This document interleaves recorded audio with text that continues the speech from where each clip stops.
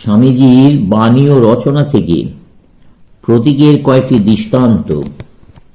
প্রতীক উপাসনার আরেকটি প্রবলতম ভাব গ্রন্থ বা শাস্ত্রের উপাসনা। সকল দেশেই দেখিবেন গ্রন্থ ঈশ্বরের স্থান অধিকার করিয়া বসে।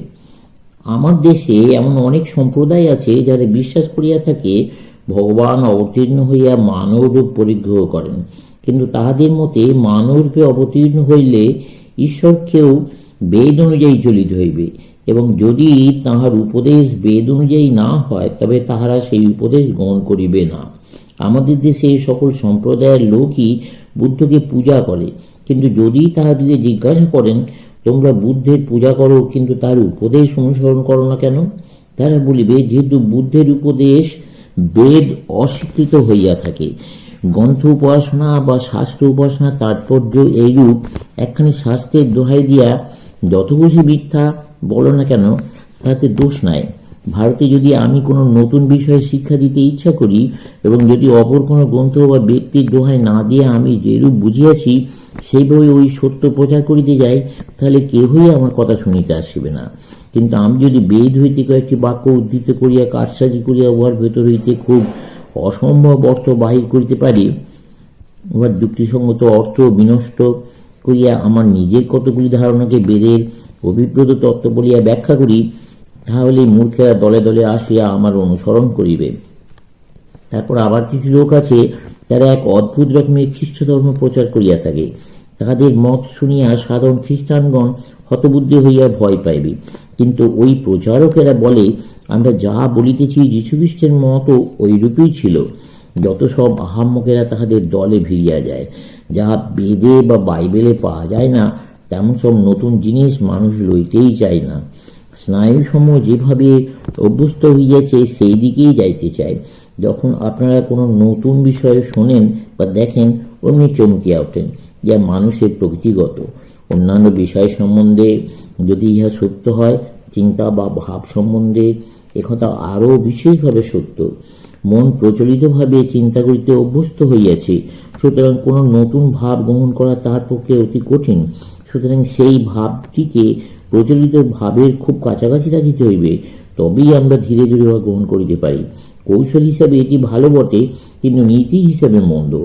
এই সংস্কার কোনো যাহাদিওকে আপনারা উদার মতাবলম্বী প্রচারক বলেন, তারা আজকাল রাশি রাশি অসামঞ্জস্যপূর্ণ কথা বলিতেছেন, তা ভাবিয়া দেখুন। তারা জানেন যে তাঁরা শাস্ত্রে যেরূপ ব্যাখ্যা করিতেছেন সেরূপ অর্থ হয় না, কিন্তু তারা যদি ওইভাবে প্রচার না করেন কেউই তাদের কথা শুনতে আসবে না। খ্রিস্টান সায়েন্টিস্টদের মতে যিশু একজন মস্ত রোগ নিরাময়কারী।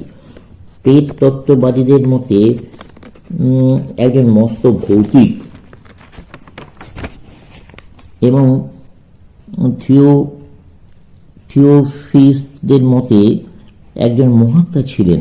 ধর্মগ্রন্থের একই বাক্য হইতে এইসব বিভিন্ন অর্থ বাহির করিতে হইবে। ছান্দোগ্য উপনিষদের সদেব সম্মেদামগ্র আশীদেকম অদ্বিতীয়ম এই বাক্যের অন্তর্গত সৎ শব্দের অর্থ বিভিন্ন মতবাদীগণ বিভিন্নভাবে করিয়াছেন। পরমাণুবিদগণ বলেন সৎ শব্দের অর্থ পরমাণু, আর ওই পরমাণু হইতেই জগৎ উৎপন্ন হইয়াছে। প্রকৃতিবাদীগণ বলেন উহার অর্থ প্রকৃতি, আর প্রকৃতি হইতে সমুদয় উৎপন্ন হইয়াছে। শূন্যবাদীরা বলেন সৎ শব্দের অর্থ শূন্য, আর এই শূন্য হইতেই সমুদয় উৎপন্ন হইয়াছে। ঈশ্বরবাদীগণ বলেন উহার অর্থ ঈশ্বর। অদ্বৈতবাদীরা বলেন উহার অর্থ সেই পূর্ণ নিরপেক্ষ সত্তা। সকলেই ওই এক শাস্ত্রীয় বাক্যেই প্রমাণরূপে উদ্ধৃত করিতেছেন।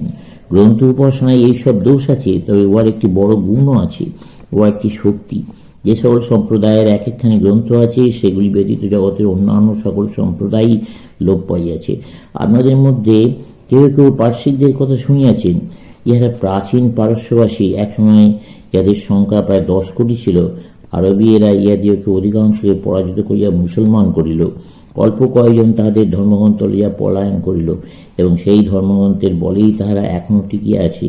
ইহুদীদের কথা ভাবিয়া দেখুন, যদি তাহাদের একটি ধর্মগ্রন্থ না থাকিত তাহারা জগতে কোথায় মিলাইয়া যাইত।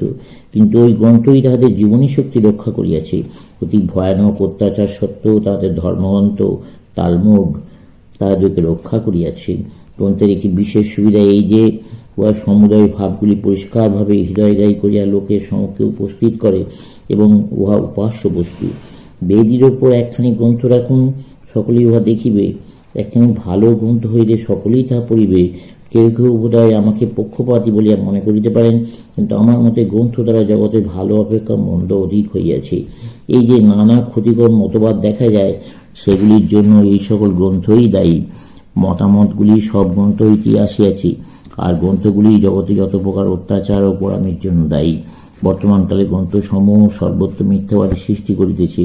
সকল দেশেই মিথ্যাবাদীর সংখ্যা বাড়িতেছে দেখিয়া আমি আশ্চর্য হই। ক্রমশ